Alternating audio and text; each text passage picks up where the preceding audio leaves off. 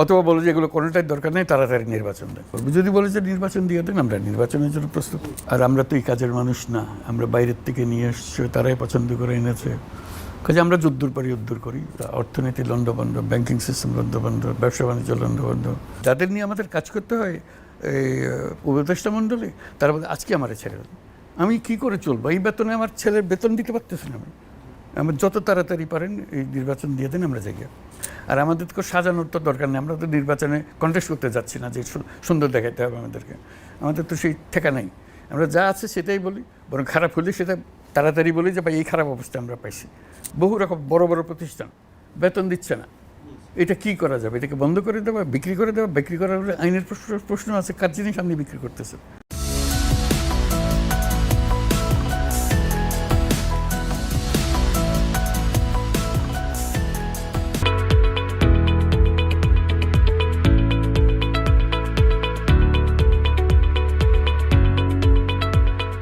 বণিক বার্তার পক্ষ থেকে প্রথমেই আপনাকে ধন্যবাদ এবং অভিনন্দন স্যার। 100 দিন অতিক্রম করেছে, শুনতে চাই আপনি এই 100 দিন কিভাবে এত দাবি দেওয়া আবার সব কিছু গোছাতেও পারেননি, কিভাবে পার করছেন?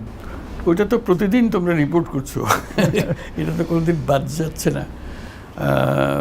প্রথম তো ছিল যে একটা সরকার, এই একটা বড় অভ্যুত্থান, তার মাঝখানে এই সরকার যাত্রা শুরু করলো, স্থিতি আনা, মানুষকে একত্র করা। এয়ারপোর্টে সবার কাছে আবেদন জানালাম যে আমরা এক পরিবার, আমাদের মাঝে মতভেদ থাকতে পারে, কিন্তু কেউ আমাদের শত্রু না, কেউ কারো শত্রু না, আমরা একযোগে কাজ করব, একসঙ্গে করব, একসঙ্গে থাকি। এই অভ্যুত্থান আমাদের একটা সুযোগ দিয়েছে নতুন যাত্রা শুরু করার জন্য। তো সেটা নিয়েই শুরু, তারপর আস্তে আস্তে কাজের নামা। তার মধ্যে বড় সমস্যা হয়ে গেল আমাদের ল অ্যান্ড অর্ডার।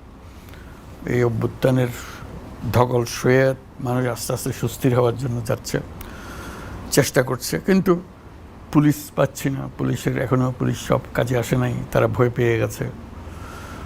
কাজে এদিকে পুলিশ নয়, এদিকে মানুষের অস্থিরতা, কে কোথায় আছে, কি করছে। হঠাৎ করে এটা ঘটনাটা ঘটলো, অভ্যুত্থান, এটা সুস্থির হতে সময় লাগছে। আমরাও বোঝার চেষ্টা করছি কোথার থেকে শুরু করবো। সব তো লণ্ডভণ্ড অবস্থা, অর্থনীতি লণ্ডভণ্ড, ব্যাংকিং সিস্টেম লণ্ডভণ্ড, ব্যবসা বাণিজ্য লণ্ডভণ্ড, ফরেন এক্সচেঞ্জে যা তলানি, এগুলো তো প্রতিদিন তোমরা যা রিপোর্ট। স্যার, মানে যারা আপনাকে সমর্থন দিয়েছে এবং যারা সবসময় আপনার কাজে পজিটিভভাবে নানান কিছু তুলে ধরছে, তাদের আবার কেউ কেউ অভিযোগও করছে, বিশেষ করে ছাত্রদের দিক থেকেও কিছু অভিযোগ এসছে, আহতদেরকে ঠিকমতো দেখা হয় নাই। আবার বড় রাজনৈতিক দল থেকেও অভিযোগ এসছে যে আপনার সরকারের দক্ষতার দিক থেকে কিছু কিছু গ্যাপ আছে। এটাকে আপনি কীভাবে? স্বাভাবিক, মানুষ তো অভাব তো থাকবেই। আর আমরা তো এই কাজের মানুষ না, আমরা বাইরের থেকে নিয়ে এসছি, তারাই পছন্দ করে এনেছে।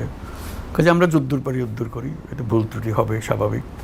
ভুল ত্রুটির মাধ্যমেই আমাদের কাজ করতে হচ্ছে, যতটুকু আমাদের সাধ্যে কুলায় সেগুলো চেষ্টা করছি। আর যেগুলো অসম্পূর্ণতা আছে আমরা চেষ্টা করি সেগুলো কীভাবে সম্পূর্ণ করব।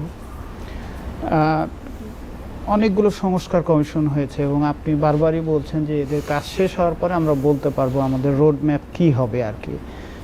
অনেকগুলো কমিশন হয়েও গেছে, তো আপনি মনে করছেন কবে যে এই সবগুলো রিপোর্ট মোটামুটি কত সময়ের মধ্যে আপনি? আমরা তো একটা সময় নির্ধারণ করে দিয়েছি, প্রথম 6টার যেগুলো বিশেষভাবে দরকার আমাদের, সেটা ছিল যে ডিসেম্বর জানুয়ারির মধ্যে আমাদেরকে রিপোর্ট দেবে। তো সেটা আমরা আশা করছি ডিসেম্বর তো এসেই গেল প্রায়, ডিসেম্বর থেকে জানুয়ারি, কারণ অনেকগুলো কাজ শুরু করতে অনেক দেরি হয়ে গেছে। আমরা প্রথমে বলেছিলাম 31 জানুয়ারির মধ্যে দেন, দেখলাম যে এটা আর বলা যাচ্ছে না, যেহেতু শুরুতেই তারা তাদেরকে বসার জায়গা দিতে পারতেছে না, তারা পরস্পরের সঙ্গে যোগাযোগ করতে পারছে না, কাজে সময় চলে গেছে ওদিকে। তো ধরে নিচ্ছি যে জানুয়ারি মাসের মধ্যে এটা রিপোর্টটা এসে যাবে। এসে গেলে তখন আমরা একটা দলিল পেলাম, যেটা রাজনৈতিক দলগুলোর সামনে দেব, যে এটা বলেন কোনটা আপনাদের পছন্দ, যেটা আপনাদের পছন্দ, যেটা করতে চান, করে যেতে চান সেটা করব, আর যেটা অপছন্দ বা কেউ একমত হতে পারছে না সেগুলো বাদ রাখবো। কাজে এটা তাদের নেগোসিয়েশন, তাদের নিজেদের মধ্যে আলাপ আলোচনা, আমরা সাহায্য করব তাদের আলাপ আলোচনা।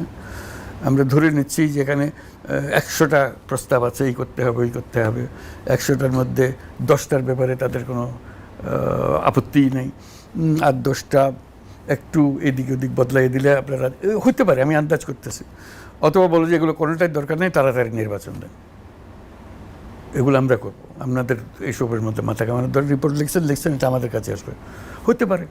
তা আমরা সেটার জন্য অপেক্ষা করবো। যদি বলে যে নির্বাচন দিয়ে দেন, আমরা নির্বাচনের জন্য প্রস্তুত। জি স্যার, আপনি আল জাজিরাকে রিসেন্টলি একটা সাক্ষাৎকার দিয়েছেন, সেখানে এই প্রসঙ্গগুলো এসছে আর কি, এবং সেখানে একটা বক্তব্য নিয়ে নানান ধরনের ইতিমধ্যেই চর্চা চলছে আর কি। আপনার অফিস থেকেও একটা বক্তব্য দিয়েছে যে এটা 4 বছরের কম সময়। আপনি কি মানে এই বিষয়ে আরেকটু আমাদেরকে ক্ল্যারিফিকেশন করতে পারেন? ওইখানে ওই আমার বক্তৃতা যেটা আল জাজিরাতে ছাপা হয়েছে সেটা দেখলেই পরিষ্কার হয়ে যায়, সেটাই বোধহয় আমাদের অফিস থেকে বলা হয়েছে।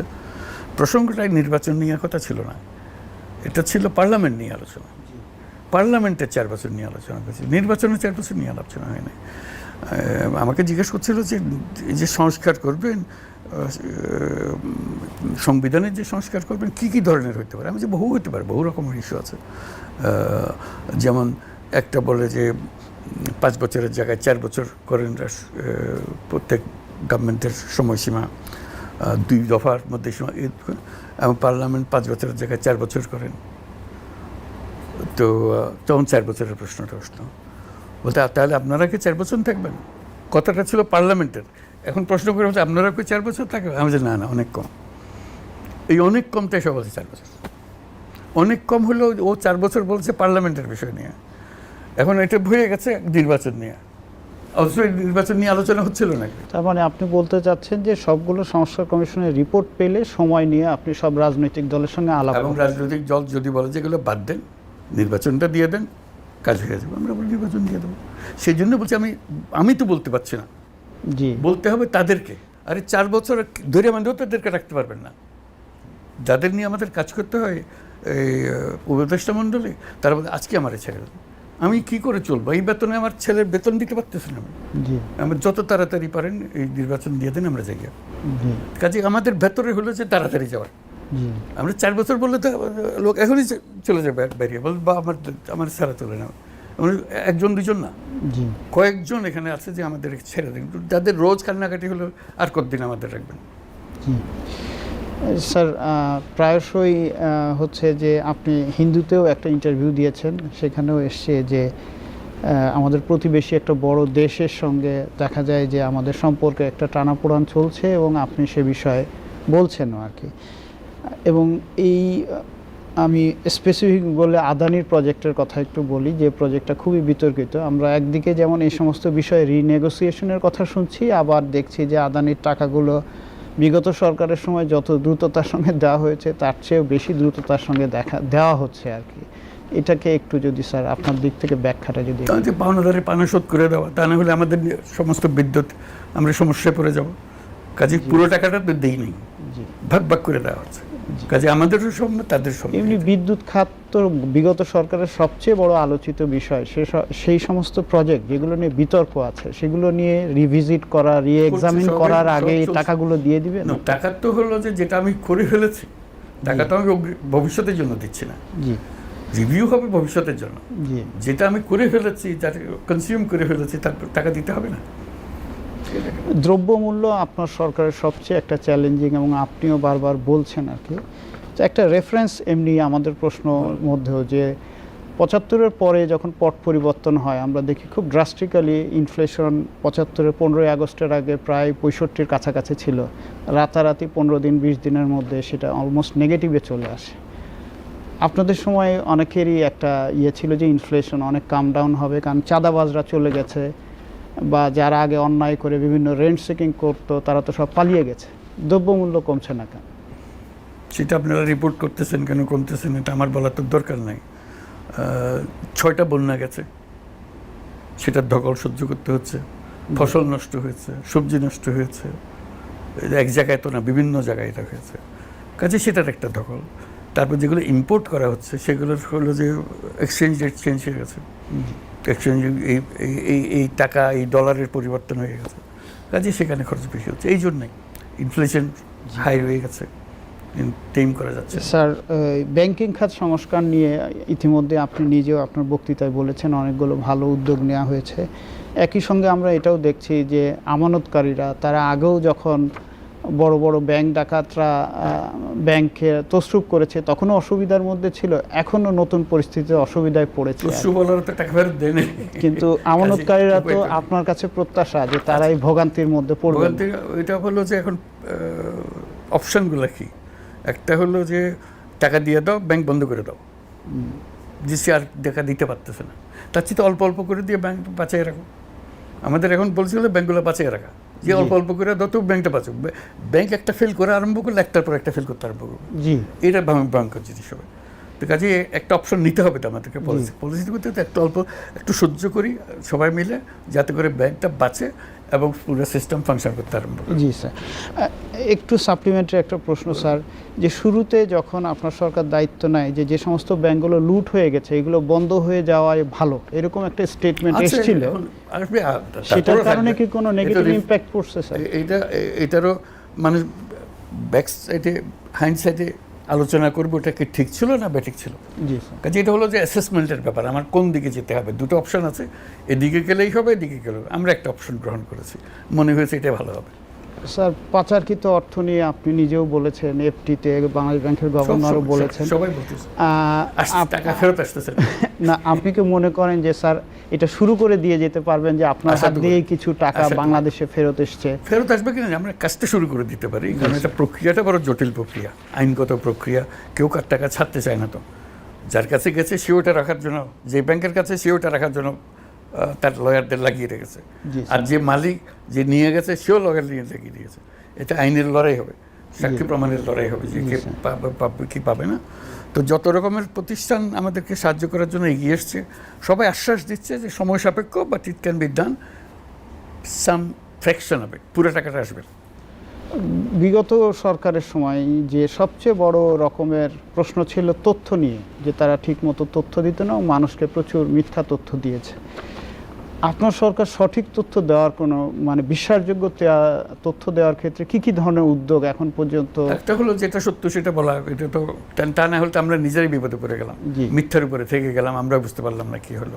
আর আমাদের তো সাজানোর তো দরকার নেই, আমরা তো নির্বাচনে কন্টেস্ট করতে যাচ্ছি না যে সুন্দর দেখাতে হবে আমাদেরকে, আমাদের তো সেই ঠেকা নেই। আমরা যা আছে সেটাই বলি, বরং খারাপ হলে সেটা তাড়াতাড়ি বলি যে ভাই এই খারাপ অবস্থা আমরা পাইছি। আমরা তো ভালো দেখানোর কোনো চেষ্টা করার তো দরকার নেই আমাদের।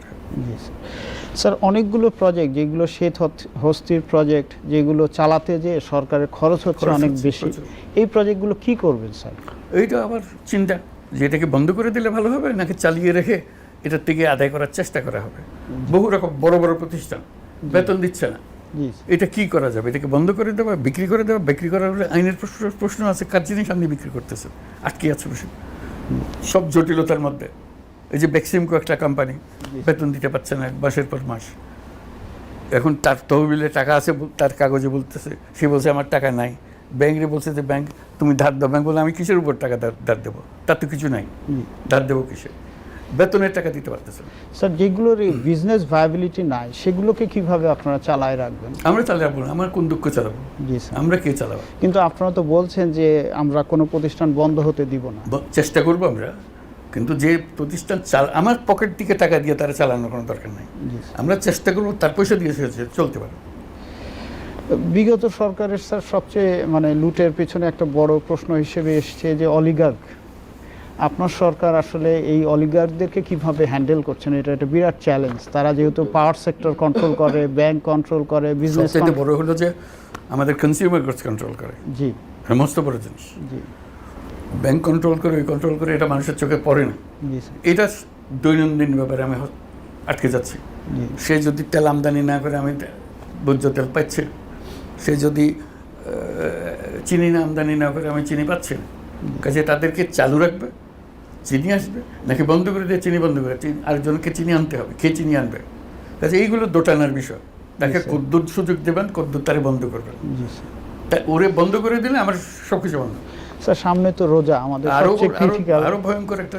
স্যার আপনাদের দিক থেকে কি কনজিউমারদের আশ্বস্ত করার জন্য? আমরা পুরো আশ্বস্ত করছি, আমরা কারো কোনো কনজিউমার গুডসের ঘাটতি হোক সেটা হবে। কনজিউমার গুডস শুধু খেজুর আর ছোলার বিষয় না, চিনির বিষয় না, চাল নষ্ট হয়ে গেছে, আমরা স্বয়ংসম্পূর্ণ হয়ে গেছিলাম, এখন সম্পর্ক আর নাই। এই ছয়টা বন্যার কথা বললাম, একবার ঠিক মৌসুমের ধান কাটার আগে নষ্ট হয়ে গেল সব। তো কাজে এই বিরাট একটা ঘাটতি, সেই ঘাটতি পূরণের জন্য এখন ইম্পোর্ট করতে হচ্ছে আমাদেরকে। আমরা বলছি যত টাকা লাগে যেন আমরা চালের ঘাটতি যেন না। স্যার, গণমাধ্যমের স্বাধীনতা নিয়ে আপনি কমিশন গঠন করেছেন, অনেক কথা বলেছেন। আবার একই সঙ্গে আমরা দেখছি যে আমি নিজে এইচএস কাউন্সিলের জেনারেল সেক্রেটারি, আমাদের প্রেসিডেন্ট মাহফুজা নাম, আমরা দেখছি যে বেশ কিছু অ্যাক্রিডিটেশন কার্ড বাতিল করা হয়েছে এবং যেগুলো নিয়ে উদ্বেগও প্রকাশ করা হয়েছে এগুলো যথাযথ প্রক্রিয়া অনুসরণ করে হয়েছে কিনা, এবং অনেক পেশাদার সাংবাদিকদের এবং আন্তর্জাতিক অনেক সংস্থাও এগুলো নিয়ে প্রশ্ন করেছে যে এগুলো আসলে গণমাধ্যম স্বাধীনতার প্রতি এক ধরনের আক্রমণ হিসেবেই দেখছেন আর কি। এটা আমার কাছেও খারাপ লেগেছে, এরকম একটা অ্যাক্রিডিটেশন কার্ড চলে গেছে, বাতিল করে দিয়েছে। তা আমি খোঁজ নিলাম, আমি তো জানতাম না এটা কি। তার মানে মনে হলো যে তাদেরকে আর সাংবাদিকতা করতে দেওয়া হবে না বোধহয়, এই অধিকার হরণ করা হলো। ওইটাতে আমি খুব চিন্তিত হলাম যে আমরা বলছি এদিকে সাংবাদিকতার স্বাধীনতা ইত্যাদি ইত্যাদি বলছি, আর এদিকে কাট কেড়ে নিচ্ছি। পরে দেখলাম যে না, এটা সাংবাদিকতার বিষয় না, এটা হলো যে একটা জায়গায় যাওয়ার অনুমতি পাওয়া আর না পাওয়া। আমি টেলিফোনে সব কাজ এখান থেকে বসে করে ফেলতে, শুধু ঢুকতে পারতেছে না, ঢোকার অধিকারটা নেওয়া হয়েছে এবং সেটা আইনে বলা আছে এই কার্ড যে কোনো সময় বাতিল করা যাবে ইত্যাদি ইত্যাদি। এবং 1 বছরের একটা কার্ড দেওয়া হয়তো, তার মধ্যে 1 বছরের মধ্যে বহু মাস চলেও গেছে, যাক না হোক সারা বছরই হোক। তবে তারা আমার ব্যাখ্যা করলো যে এটা কার্ড যেটা বাতিল করার অধিকার সরকারের আছে, সরকার সেটা অ্যাপ্লাই করেছে। তো অ্যাপ্লাই করেছে ঠিক, কিন্তু তার স্বাধীনতা নিয়ে গেল। বললাম আমরা সাংবাদিকতার স্বাধীনতা নেই, আমরা তো প্রবেশের অধিকার নিয়েছি। সাংবাদিকতা ঠিকই আছে, সে বাইরে এইটা নিয়ে লিখুক, সেটা তো আমরা বাধা দিচ্ছি না। সে কলমের পর কলমের পর কলম দেখে যাক, আমরা শুনবো, আমরা প্রতিবাদ করবো, আমাদের জবাব দেবো, সব কিছু করবো। সাংবাদিকতার উপরে হামলা হয়নি, প্রবেশাধিকারের উপরে হামলা হয়েছে। এবং সেখানে ইমেইলে করা যাবে, টেলিফোনে করা যাবে, যা কিছু, শুধু ঘরে ঢুকতে পারবে না। প্রবেশাধিকারের বিষয়, এটা সাংবাদিকতার বিষয় না। সেটার ক্ষেত্রেও স্যার একটা প্রোটোকল ছিল, আচ্ছা সব আছে, কিন্তু বিষয়টাই। জি স্যার, যেমন 7-8-এর সরকার নিয়ে প্রচুর আলোচনা আছে এবং বলা হতো যে ওই সময়ে এক ধরনের সরকার এসেছিল এবং তারা যে ব্যবস্থা করে দিয়েছে তার ফলে একটা ফ্যাসিবাদ তৈরি হয়েছে। তো এখনো অনেকে প্রশ্ন করছে এরকম আপনারা আবার কোনো নতুন করে ফ্যাসিবাদ তৈরির দিকে হতে পারে। আমি সেটার জন্য বলছি যে সংস্কারগুলো করে দেন, সংস্কারগুলো হলে আর ওগুলো হবে না। তা না হলে যদি এমনি নির্বাচন হয়ে যায় আর সুযোগগুলো রয়ে গেল, যেখান থেকে সূত্রপাত হয়। ইন্টারিম গভর্নমেন্ট থেকে কিছু সৃষ্টি হয়নি, সৃষ্টি হয়েছে যারা নির্বাচিত সরকার তাদের মধ্যে থেকে সৃষ্টি হয়েছে। ইন্টারিম গভর্নমেন্ট কয়দিন। আপনি বলছেন যে আসলে আপনারা এমন একটা ব্যবস্থা দিয়ে যেতে চান এবং রাজনৈতিক দলের সমর্থনে যে নতুন করে আর ফ্যাসিবাদ তৈরি না হয় সেটাই। তো রাজনৈতিক দলগুলো যদি চাপ অব্যাহত রাখে, ইতিমধ্যে দেশের বড় বৃহৎ দলগুলো বলছে যে না, এই সরকার দ্রুত নির্বাচন দিয়ে চলে যায়, আমরা রাজি। ওরা না চাইলে আমরা কে এটা তার গলা টিপে দেওয়ার জন্য? আমরা কেউ না। আমরা আমার বক্তৃতা দিলাম, বারে বারে আবেদন করতেছেন হাত জোর করে, সুযোগ দেন, আপনারা সংস্কারের কথা বলুন, সংস্কারটা চান। আমরা তো বলতাম কে তুমি, আমি দিব সংস্কার, আমি করে যাবো, তোমার মতামতের দরকার কি, এটা তো আমরা বলতেছি না। এবং আবেদন করতেছে রাজনৈতিক দলগুলোর সঙ্গে, আপনারা সংস্কার করার সুযোগ দেন। ওরা সুযোগ না দিলে আমরা আর কী করবো? আমরা নির্বাচন দিয়ে চলে যাবো। স্যার, গতকালকে মুডিজ একটা আমাদের ডাউনগ্রেড করেছে আর কি। আপনারা তো বিনিয়োগ আনার চেষ্টা করছেন, বিদেশ থেকে অনেকে প্রতিশ্রুতিও দিয়েছেন যে আপনি যেহেতু দেশের দায়িত্ব নিয়েছেন বিদেশ থেকে কিছু বিনিয়োগ আসবে। তো মুডিজের এই ডাউনগ্রেডের পরে খারাপ, আমাদের জন্য ভালো না, এটা ভালো না। কিন্তু ওই যে ঘটনার চক্রে যা হয়েছে সেটা তো আমরা। এবং আপনি বলেছিলেন যে আমেরিকা থেকে আসার পরে ইউএনএ যে 6 থেকে 7 বিলিয়নের মতো আসতে পারে বাংলাদেশে। আপনি কবে নাগাদ মনে করছেন যে এই অর্থটা বাংলাদেশে বাজেটারি সাপোর্টগুলো আসবে? নর্মাল যেগুলো সময় লাগে অনেক, আমরা তাদের কাছে বারে বারে বলেছি যে সময় দিলে তো এই সরকার আর এই কাজ করতে পারবে না। তোমরা চাচ্ছ যে এই সরকারকে সমর্থন করবে, তাদের কাজ এগোতে দেবে, আমরা তৈরি আছি এই জিনিসগুলো করে দেওয়ার জন্য। তারা বলছে যে আমরা তাড়াতাড়ি দেবো। এবং তাড়াতাড়ি বলতে কত তাড়াতাড়ি? আপনারা যেরকম নির্বাচন কবে দেবেন বলে আমাদের পেছনে লেগেছে, আমরাও তাদের পেছনে লেগেছি কবে দেবে বল।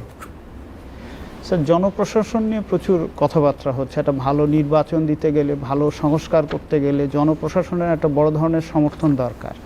কিন্তু বর্তমান জনপ্রশাসন যেভাবে সজ্জিত হচ্ছে সেটা নিয়ে এক ধরনের ইতিমধ্যেই বিতর্ক তৈরি হয়েছে আর কি। তো ভালো সংস্কার আপনি শুরু করতে গেলেও তো আপনার মোটামুটি এভাবে একটা গ্রহণযোগ্য নির্বাচন দিতে গেলেও জনপ্রশাসন এবং মোটামুটি একটা ভালো পুলিশ দরকার। সো সেটার জন্য আপনাদের প্রস্তুতি চেষ্টা করে আর কি। এটা তো এটা ভাঙা হাটের মধ্যে যা যা করতে হয় সেগুলো জোড়াতালি দিয়ে চলবে। আমরা তার নতুন পুলিশ আনতে পারবো না, এই পুরান পুলিশকেই জোড়াতালি দিয়ে চালাতে হবে, নতুন ব্যুরোক্রেসিকে দিয়ে জোড়াতালি দিয়ে চালাতে হবে। সেই জোড়াতালি দিতে গেলে দেওয়ার সময় আমরা ভুল ভ্রান্তি করবো, ভুল বুঝবো, সেটাও হইতে পারে। এর মধ্যে সবাই চেষ্টা করে যাচ্ছে। জি স্যার, ধন্যবাদ। ধন্যবাদ, জি, থ্যাংক ইউ।